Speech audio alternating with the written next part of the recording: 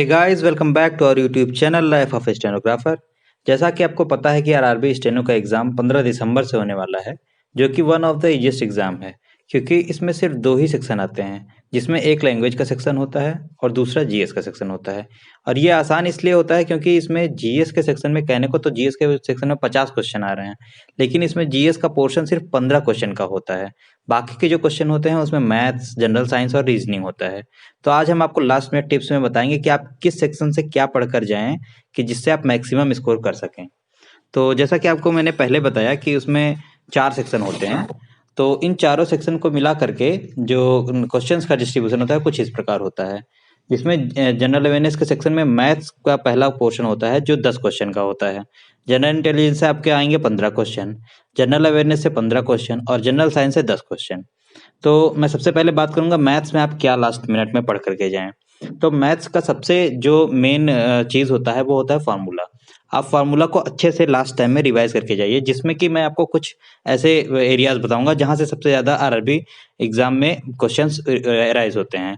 तो देखिए, आप उसमें फॉर्मूले में आपको मेंसुरेशन को अच्छे से पढ़ करके जाना है। यानी मेंसुरेशन में सिर्फ फॉर्मूला ही मेन होता है मेंसुरेशन में, क्योंकि बाकी सब कैलकुलेशन आप कर ले जाएंगे। लेकिन अगर फॉर्मूला ही नहीं याद रहेगा तो आप कैलकुलेट किस चीज़ पे करेंगे, किस बेसिस पे करेंगे।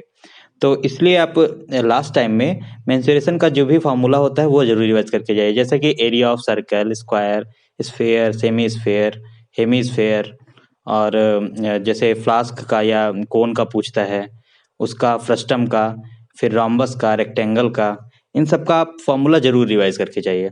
दूसरा मैं बताऊंगा कि आपको टाइम एंड वर्क में जो होता है क्वेश्चन का जो तरीका होता है वो आपको जरूर रिवाइज करके जाना है। जैसे कि टाइम एंड वर्क में आपको पूछता है कि ए और बी एक काम को 10 दिन में करते हैं, तो अगर बी ने बीच में 2 दिन बाद काम छोड़ दिया तो ए अकेले उस काम को कितने दिनों में पूरा करेगा। इस टाइप का क्वेश्चन जरूर से जरूर आपके एग्जाम में आएगा।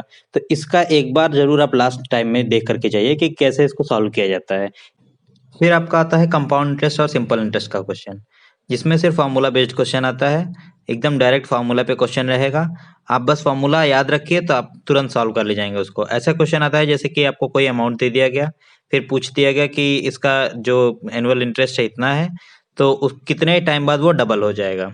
फिर उसके बाद आपका आता है पाइप एंड सिस्टम का क्वेश्चन। उस पे भी बहुत इजी क्वेश्चन आता है। आपको सिर्फ सॉल्व करने का तरीका पता होना चाहिए, आप क्वेश्चन तुरंत सॉल्व कर ले जाएंगे। इसमें पूछा जाता है कि जैसे एक पाइप ए है जो भर रहा है किसी टैंक को, दूसरा पाइप बी है जो खाली कर रहा है। तो ए और बी दोनों अगर एक साथ खोल दिए जाएं तो कितने टाइम बाद वो टैंक भर जाएगा, इस पे क्वेश्चन आता है। फिर सिंप्लीफिकेशन जो कि बहुत ही इजी होता है, उससे कम 3 क्वेश्चन आपके आएंगे। और एक क्वेश्चन सर्कल से रिलेटेड आ जाएगा, एक क्वेश्चन बेसिक ट्रिग्नोमेट्री से रिलेटेड आ जाएगा, जो हम लोगों ने साइन कॉस पढ़ा हुआ था 10th में, वही बेसिक ट्रिग्नोमेट्री, एकदम कोई इसमें ज्यादा टफ चीजें नहीं आती हैं। और हाँ, प्रॉफिट लॉस का क्वेश्चन जरूर से जरूर पूछा जाएगा। उसमें पूछ लिया जाता है, उसमें बहुत ही इजी क्वेश्चन होता है, बस आपको समझने का फेर होता है कि आप कैसे उस क्वेश्चन को समझ रहे हैं। उसमें इस टाइप के क्वेश्चन पूछे जाते हैं कि जैसे कोई भी शॉपकीपर है जो किसी भी चीज को ला रहा है और वो उसको 20% के फायदे में बेच रहा है, तो पूछ लिया जाएगा उसका आपको कॉस्ट प्राइस क्या था। तो आपको कॉस्ट प्राइस बताना होगा। तो सिर्फ ये फार्मूला ही बेस्ड क्वेश्चन होता है, सिर्फ क्वेश्चन में घुमाया जाता है और कुछ रहता नहीं है इसमें। तो आप एक बार अगर देख के जाएंगे तो 10 में से आप कम से कम 8 से 9 क्वेश्चन या 10 के 10 भी कर सकते हैं जिनका मैथ्स बैकग्राउंड रहा है। जिनका मैथ्स बैकग्राउंड नहीं रहा है वो कम से कम 8 से 9 क्वेश्चन कर ले जाएंगे। तो आप इसको जरूर रिवाइज करके जाइएगा। फिर आता है सेकंड सेक्शन, जिसमें आता है जनरल इंटेलिजेंस, 15 क्वेश्चन जिसमें आते हैं, और वो भी बहुत ही इजी क्वेश्चन होते हैं उसमें। जो जनरल इंटेलिजेंस में आपको लास्ट टाइम में रिवाइज करके जाना चाहिए। अगर आपने पढ़ा है तो ही रिवाइज करेंगे, अदरवाइज आप इसको फिर से स्टार्ट से पढ़ने नहीं जाएंगे। जिसमें होता है डेटा इंटरप्रिटेशन का क्वेश्चन और सफिशिएंसी का, और आपको कंक्लूजन एंड डिसीजन मेकिंग का रिवीजन करना चाहिए, स्टेटमेंट, आर्गुमेंट और अजम्पशन का रिवीजन करना चाहिए। तो ये जो रीजनिंग में पोर्शन होता है, इसमें आपको सिर्फ लास्ट टाइम में रिवीजन मांगता है। और जो आपने प्रैक्टिस कर रखा है पहले, या अब जो आपके पास टाइम बचा है, उसमें रीजनिंग में सिर्फ आप एक टाइम डिसाइड कर लीजिए कितने टाइम हमें इसका प्रैक्टिस करना है, क्योंकि इसमें 15 क्वेश्चन आते हैं जो कि काफी ज्यादा वेटेज रखता है जीए में। तो और सबसे इजी भी होता है, इसलिए आप इसमें मैक्सिमम स्कोर भी कर सकते हैं और क्वेश्चन बहुत ही इजी पूछे जाते हैं। तो आप इसको बस वही सारी चीज़ें उसमें भी पूछी जाती हैं, नंबर सीरीज़ पूछा जाता है और जो आपका अल्फ़ाबेट सीरीज़ होता है, कोडिंग डिकोडिंग होता है, मैथमेटिकल इंटरप्रिटेशन होता है। तो ये सारी चीज़ें जिसमें कि आपको से साइन चेंज कर दिया जाएगा, ये ब्लड रिलेशन पूछा जाता है, डिस्टेंस एंड डायरेक्शन पूछा जाता है। तो ये सारी जो चीज़ें होती हैं वो ईज़ी होती हैं। आप आसानी से इसमें 15 में से कम 10 से 12 क्वेश्चन ईज़िली कर ले जाएँगे और थोड़ा-सा और अगर तो आपने मेहनत कर दिया है, तो 15 में से 14 क्वेश्चन तक आप पहुँच सकते हैं। फिर आपका आता है जीके का पोर्शन यानी कि जीए या जीके जो भी बोलते हैं इसको, जनरल नॉलेज या जनरल अवेयरनेस। इसमें 10 क्वेश्चन ही सॉरी 15 क्वेश्चन ही आएँगे जिसमें आपको करंट अफेयर का कम से कम 5 से 6 क्वेश्चन पूछा जाएगा। तो करंट अफेयर्स को आप बिल्कुल भी इग्नोर नहीं करेंगे, उसको ज़रूर रिवाइज़ करके जाइएगा। और दूसरी बात ये कि हिस्ट्री में जो रेलवेज़ का जो फ़ेवरेट टॉपिक होता है वो होता है मुगल पीरियड। मुगल पीरियड से क्वेश्चन आपके पूछे ही जाएँगे, दूसरा सल्तनत जो एरा होता है, सल्तनत काल का, वो वहाँ से भी क्वेश्चन आपके पूछे ही जाते हैं। तो आप इन दोनों को ज़रूर एक बार रिवाइज़ करके जाइए। जो प्रीवियस ईयर पेपर आपका स्पीडी का होगा, उसको आप देख के जाइएगा, उसमें से ज़रूर रिवीज़न करके जाइएगा। इंडियन नेशनल मूवमेंट में आपको स्पेशली गांधीयन एरा जिसमें कि उन गांधी जी जो भी मूवमेंट चलाए सत्याग्रह वगैरह, इन सबको आपको रिवीज़न करके जाना है और ईयर और डेट वाइज़। और इसमें मतलब ऑप्शनल ही पूछे जाते हैं चीज़ें, मतलब कोई सीक्वेंस अरेंज करने के लिए नहीं दिया जाता है, जैसे कि अदर एग्ज़ाम्स में आते हैं।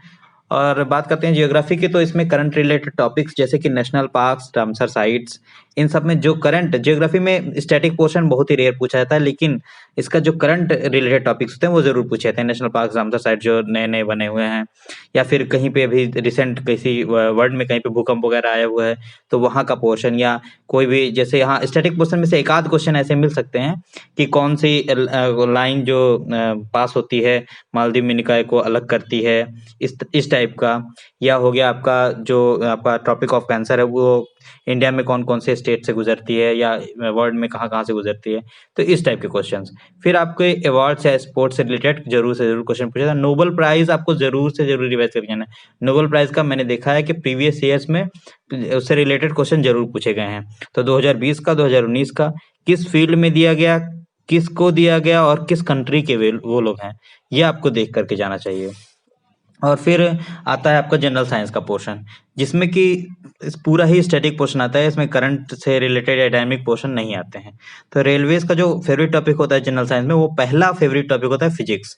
फिजिक्स से क्वेश्चन काफ़ी पूछे जाते हैं। उसके बाद आपको आता है बायोलॉजी। तो ये कि हर एग्ज़ाम में वेटेज उसका जाता होता है क्योंकि बायोलॉजी का पोर्शन बहुत लेंथी है। तो आप बायोलॉजी में जो आपने पढ़ा हुआ है उसको रिवाइज़ करके जाइए। फिजिक्स में ज़रूर से ज़रूर जितना भी प्रीवियस ईयर के क्वेश्चन है वो रिवाइज़ करके जाइए और केमिस्ट्री का भी प्रीवियस ईयर ही पढ़ के जाइए। तो आपके पास अगर लुसेंट की बुक है तो वो, नहीं तो स्पीडी, मतलब स्पीडी तो रेलवेज़ के लिए एकदम रामबाण है। तो आप स्पीडी अगर रखे हुए हैं तो स्पीडी पढ़ के जाइए, नहीं रखे हैं तो आप ऑनलाइन सर्च कर लीजिए, स्पीडी की पीडीएफ भी मिल जाती है, तो आप वहाँ से पढ़ कर के जाइए। और इस तरीके से आप इस जो जनरल अवेयरनेस का पोर्शन है, इसमें आप अच्छे से, और जितना ज़्यादा आप जनरल अवेयरनेस में स्कोर करेंगे, उतना ही ज़्यादा आपके सेलेक्ट होने के चांस होते हैं। तो बस आपको यही मैं बताना था। All the very best of for exam. तो आप अच्छे से एग्ज़ाम दीजिए और होप कि आप सिलेक्शन लेकर के ज़रूर आएँगे। Thank you, thank you so much. और अगर आपने चैनल को सब्सक्राइब नहीं किया तो सब्सक्राइब कीजिए और बेल आइकन को प्रेस कर लीजिए, जिससे कि आपको नोटिफ़िकेशन मिलता रहे कि जो नए वीडियोज़ आएँगे। और इसी तरीके से हम लोग आपके लिए एग्ज़ाम्स के जो लास्ट मिनट टिप्स वगैरह ये लेकर के आते रहेंगे और इम्पोर्टेंट पोर्शंस बताते रहेंगे।